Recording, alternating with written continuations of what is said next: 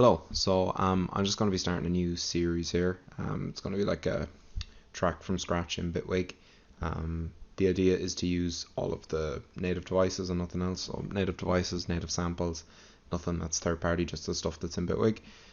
It's not going to be necessarily about a particular style of track, or the track itself doesn't really matter as such.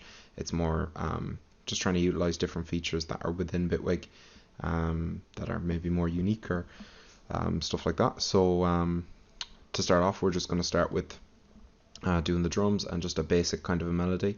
If you're not particularly interested in seeing me tweak things or anything like that, and you just kind of want bullet points of what I'm doing, let me know. For now, I'm going to kind of leave everything in the first episode. If you find it boring or anything like that, or you think it's too long-winded, let me know.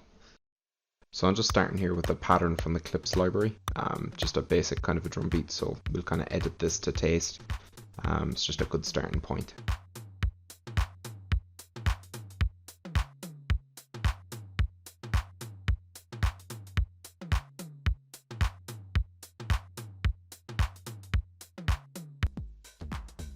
I'm just going to see if I can find a better drum kit here to start with.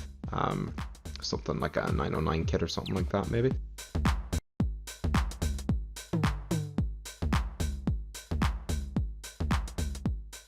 Just going to edit out some of this extra stuff in the beat here. We'll just do a kick, hack, clap type of a thing.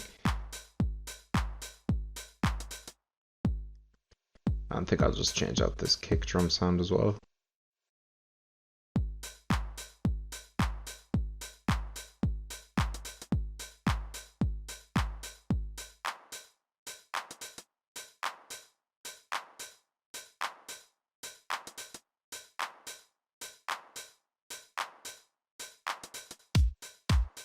This one will do for now. I'm just going to drop in a kick instrument, a Bitwig's own kick instrument here, just to add some bottom end. And then we'll do a little bit of EQ in between the two, just to get them to sit together nicely. So I'll probably end up editing this in the end. We'll change the key and stuff like that when I figure out the melody. So we'll change the actual note that the bottom end of the kick drum is hitting at. For now, we'll just get kind of a basic idea of what we're going to do, just a basic kind of EQ setup. So I'm just taking out the low end from the top part of the kick now. This is all fairly standard stuff. And I'm just going to get the right kind of shape on the bottom end here. So I'm just going to reduce the note that we're hitting, just so we're hitting a bit lower there, and take the decay down just a tiny bit. And just try and get the pitch transient right there. Again, I'll probably be editing this once more elements go into the track. We're just going to take out the very top end of this kick drum as well, just in case anything ends up interfering with the top part of the kick that we're using the sample.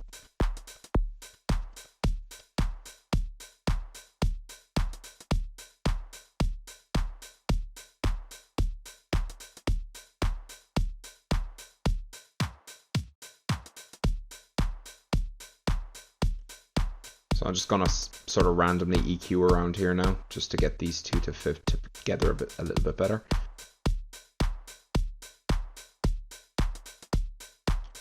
That will do for now. We'll come back and edit that a little bit more later. So for now, I'm going to focus on the hat.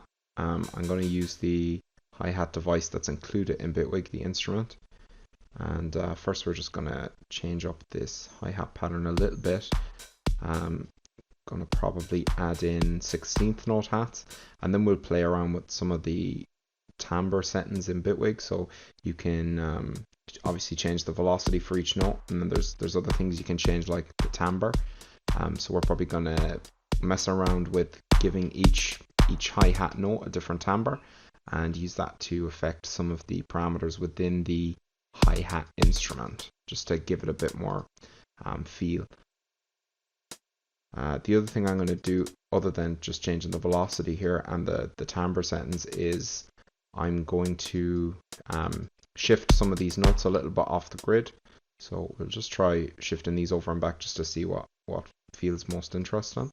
And then combining that with changing the attack and decay on the hi-hat device will give it just a little bit more interest through that to the hi-hat pattern.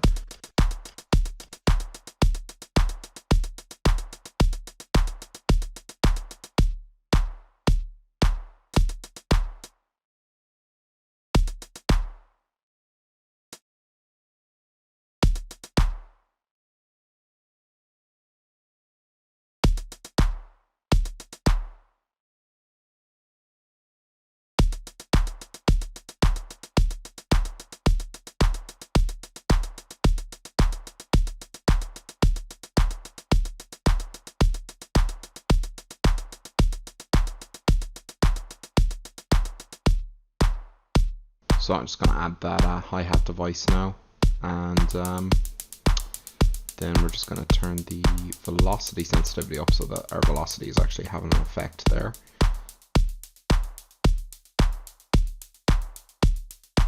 And I'm just going to add the expression modulator here that has the timbre control in it, and that will allow us to change parameters in this hi-hat device independently of the velocity, and that can be set per note as well.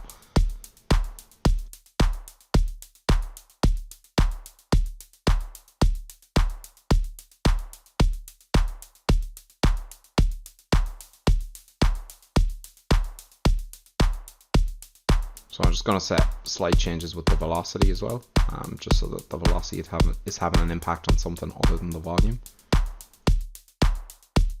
And I'm just hearing something I don't really like with the kick, so I'm just going to quickly change.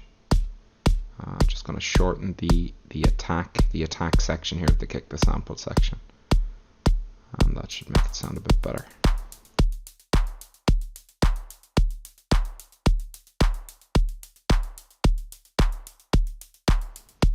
So I'm just kind of playing around with some of the parameters here in the hi-hat device. I'm not massively familiar with it, as generally I don't use all Bitwig stock devices. So I'm just kind of having a play around here just to see what we can change and what might be interesting to change with the timbre. So I'm not going to mess with too many of these myself, but there's a lot of opportunity for different sound effects here if you're kind of tweaking the different parts in here, like the FM and the comb and the modulation, especially with these expressions. I'm probably just going to use the attack and decay mainly here myself, and maybe do something with the comb as well. So I'm just going to add some different timbre values to each of these notes in some sort of a pattern. I'm not really thinking too much about what I'm doing here. Maybe try and emphasize the main 8th note here. Other than that, I'm just kind of setting them randomly, and we'll see what we get when we use it as a modulator in the hi-hat device.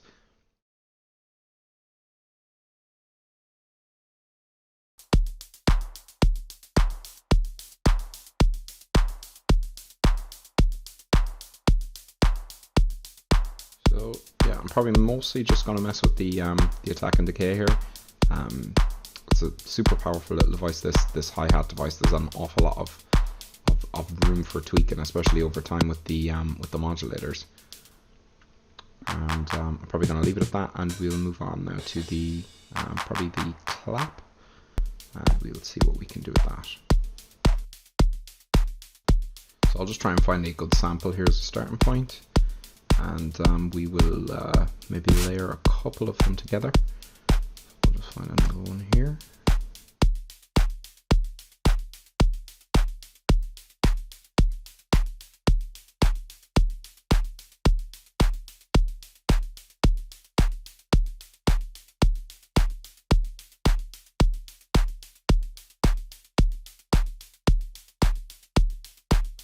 And I'm just going to throw a compressor on the whole track here just to even out the levels. Again, this is all just kind of preliminary stuff. This will more than likely, all these settings will more than likely change once more elements go into the track, but just for now, just to tame the levels a bit.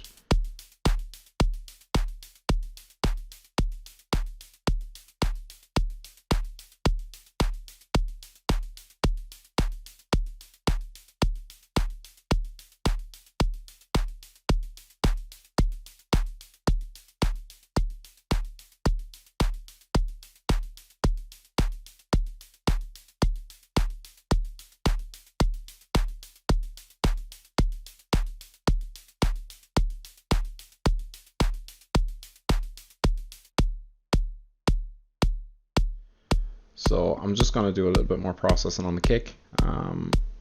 Probably mainly just add some saturation. So I'm going to use the amp device for that. The amp device has a couple of nice distortion algorithms.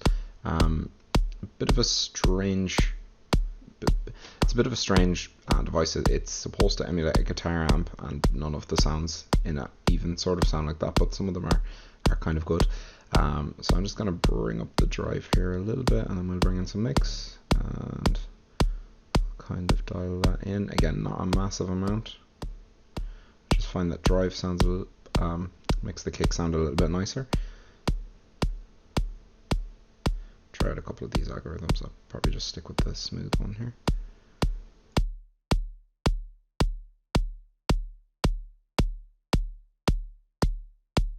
And I'm just going to do a little bit of transient shape in here as well. So I'll just add in the transient shaper device. Again, this is just kind of preliminary. These are kind of these are effects that I don't use that much. I don't use the transient shaper that much, so I just kind of want to see how it operates. So I'm just going to play around with it. We'll see if we can give the kick a little bit more boom with it. One of the things that's cool about the transient shaper is you can use the attack and sustain stages as modulators. So you could say modulate an EQ on the sustained phase, or modulate something on the attack phase, like a distortion or something like that, which is pretty cool. But we're just going to play around with it just to see how it sounds here. Yeah, it definitely sounds pretty good. You've got quite a wide breadth of control on it. I'll just bring the mix down a little bit there. And we'll just do a little bit more EQ on the kick here. Again, I'm just kind of poking around just to see. The main reason I'm adding this EQ is I might use the transient shaper as soon as I've got a little bit more going on. I might use the transient shaper to actually modulate that EQ, just to see what we can do with that.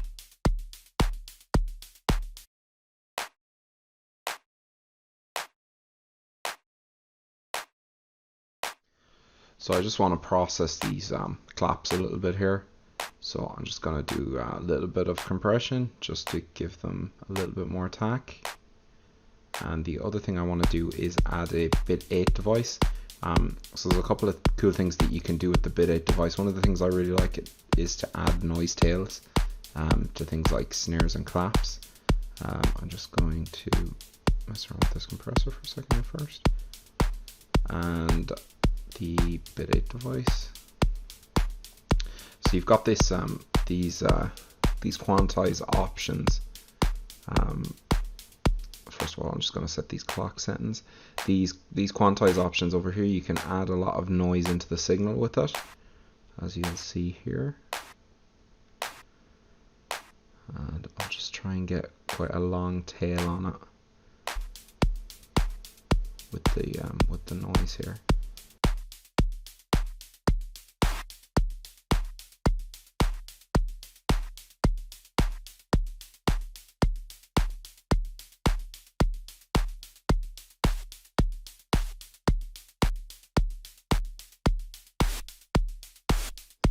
So that's pretty much what I'm going for. So what I'm going to do with this is I'm not going to use an ADSR modulator, and I'm going to use that to control the mix, so that I can bring the noise in and out, and then I basically have control over the noise that I'm adding to it. There are multiple ways to do this, by the way. I just like doing it with the bit 8 device. So we should be able to get quite a controlled little noise tail here. That's pretty much perfect. And the other thing I'm going to do is just probably add a little bit of distortion. So there's a clipping kind of section here, a shaper section, and I'm just going to bring that down a little bit there, just so the noise fill isn't as prominent.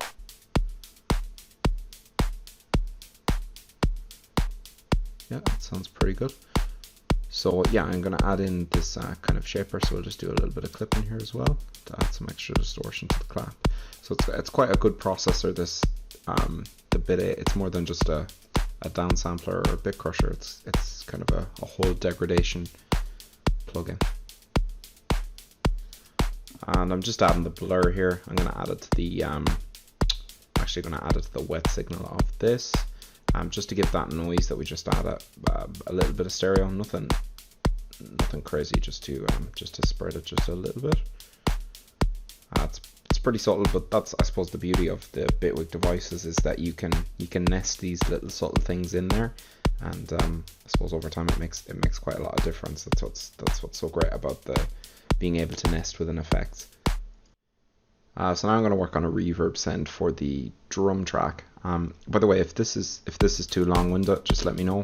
I can cut an awful lot of this kind of tweaking about out. I don't know if it's interesting for people. I just think an awful lot of the stuff you can do within the Bitwig devices is quite interesting. But let me know if it's a bit too involved. For now, I'm just going to tweak some of these reverb sounds. So I'm just going to send a couple of things from the drum bus in here. And again, the reverb device by itself in Bitwig isn't all that great. It sounds pretty good, but what really makes it is that you can nest things within the tank effects and within the wet effects that change the character of the reverb. So I'm just going to mess around with some of the settings here. And we'll just add a chorus to the tank effects.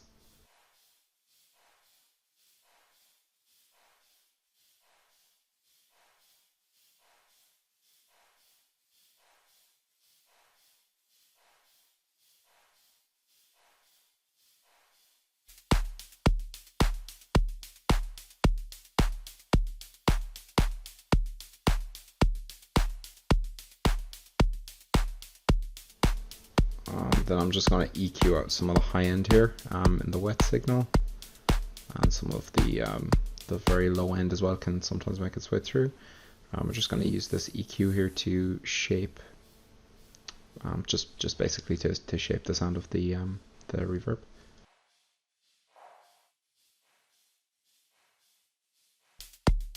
Just going to add a transient control to this clap as well, just to see if there's anything cool we can do to it.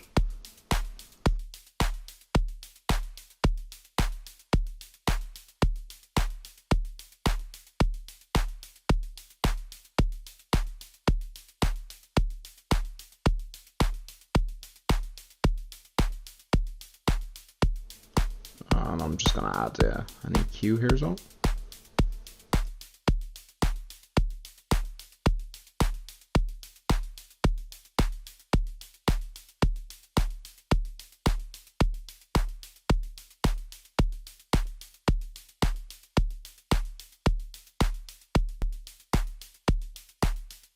And the last edit I want to do here is just to bring down the decay on this hi-hat just a little bit. It's just a bit too long. So for our chords here, I'm just going to add a polysynth, and I'm going to put that into a sidechain group, and most of the synths and basses will be going into this group. So I'll just name that sidechain. And the way that I'm going to do the sidechain is I'm going to duplicate the drums that we've got here. So I'm just going to duplicate that into an instrument layer. I'm going to delete everything that's not the kick. So the kick will be receiving the same notes as the kick that we're actually using. And I'm going to mute this chain so that it's just basically acting as an audio trigger for the compressor we're going to put on the sidechain group. So I'm just going to add the dynamics here and set up sidechain. Again, sidechain is very easy to set up. You just set the path here. So you just set what you want your trigger to be. So we're going to set that to be our silenced kick. And the other thing that you might want to be aware of, we'll tweak the settings here in a second, is it's best to use a short sample. So I'm going to take the sample that I'm using here, the kick sample, and I'm going to replace that with the hi-hat device again. So I'll just replace it with the hi-hat device, and that will allow me to make a really, really short, almost like a little impulse with the hi-hat device. Which just gives you more control over the sidechain. It makes your attack and release values more accurate. So it's generally best to use the shortest sample that you can. And because it's set up in this layer, it will receive every note that goes through our kick. So there's no need to have a separate ghost track or anything like that. Okay, so now I'm just going to basically speed through some chords here. I'm just going to quickly input some chords to get us started. And then we'll start making like a sort of progressive house pluck sound in polysynth.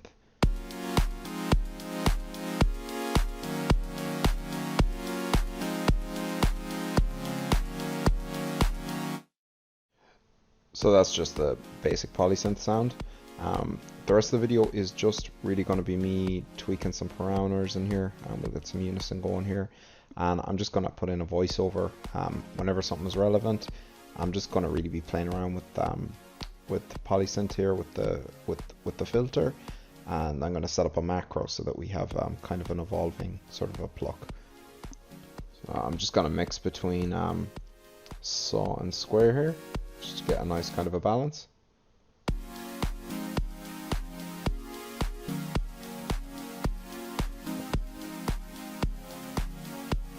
Just going to bring some unison in on that square as well.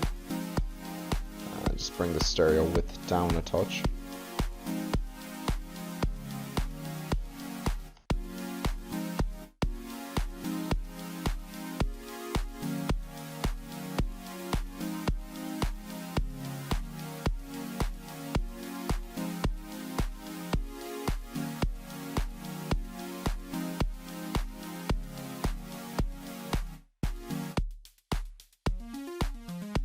So I'm just bringing in the Arpeggiator here, and I'm going to use this to turn our straight sequence into like a chord trigger.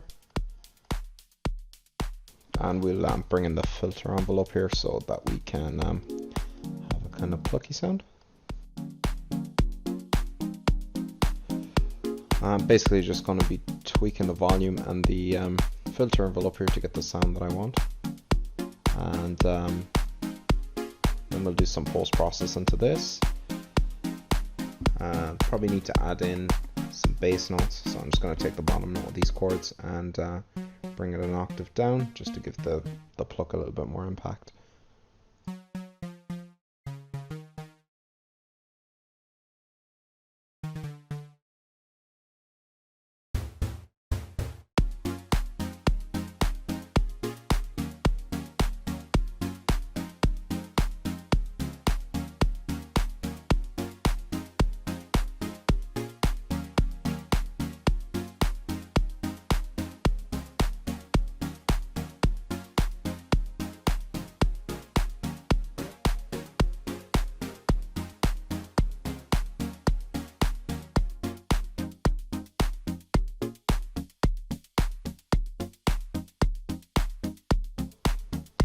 So I'm going to add a macro just in a minute to open up the filter over time, so that you can kind of make the pluck more evolving. First I'm just going to add a limiter so that when we're opening up the pluck, the volume difference isn't so massive, so this is just going to keep that volume in check. Now the next thing I really want to do is create a macro for our filter opening up, because we are going to want to do a few different things with that. Because the filter is on, we're losing some of the high end even when the cutoff is fully open, so I'll want to automate the resonance and to bring that high end back, and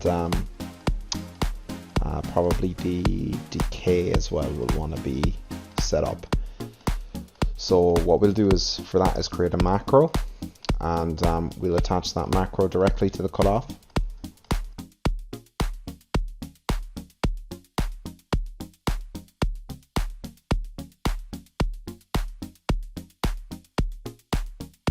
And I also want to automate the decay, but I don't want to automate it the same way that I want to automate the cutoff, but I want to use the same macro. So I'm just going to use this polynom device. I think that's how you say it. And basically this allows you to apply a curve to the modulation. So I'm going to set it up so that the modulation is more weighted to the higher end of the macro knob.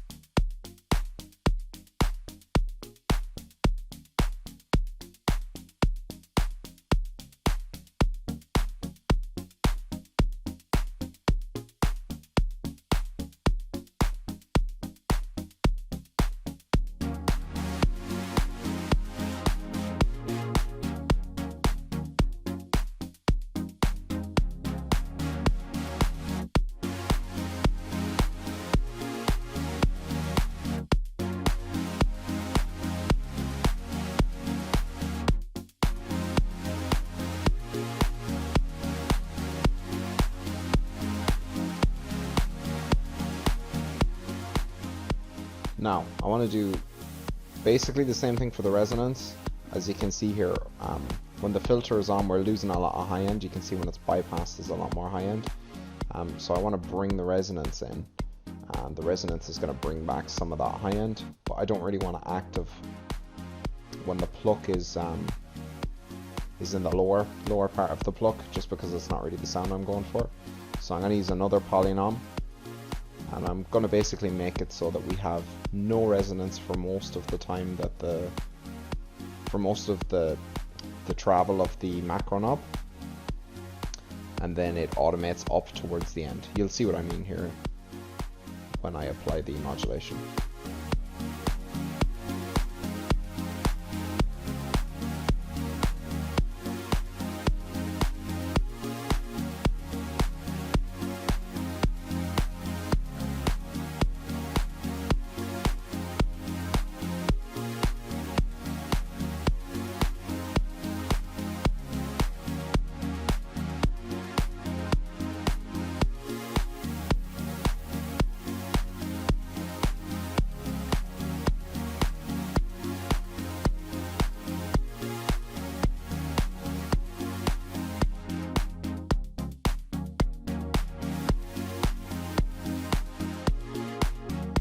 So you can see now that the resonance only comes in at the very end of the travel of the macro knob. So it's bringing back in that high end that we're missing. And again, we'll probably tweak this, but that's the basic idea of it. So basically now all I'm going to do is add some reverb and some delay to this, and that'll be the end of this first episode. If you enjoyed it, let me know. Subscribe to the channel if you want to see more. Give the video a like. It takes quite a long time to make a longer video like this, so give it a like if you enjoyed it.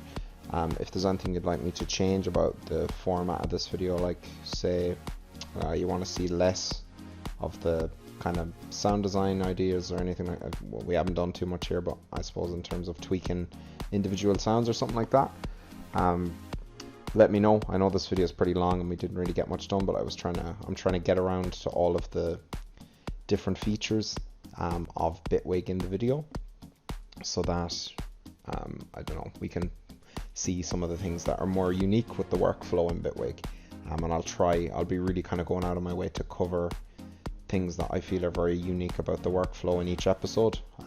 The track, I don't know what the track is going to end up being like really, but it's really just to cover the features more so than anything. Anyway, thanks for watching. Give it a like, subscribe, and yeah, that'll be the end of the first part.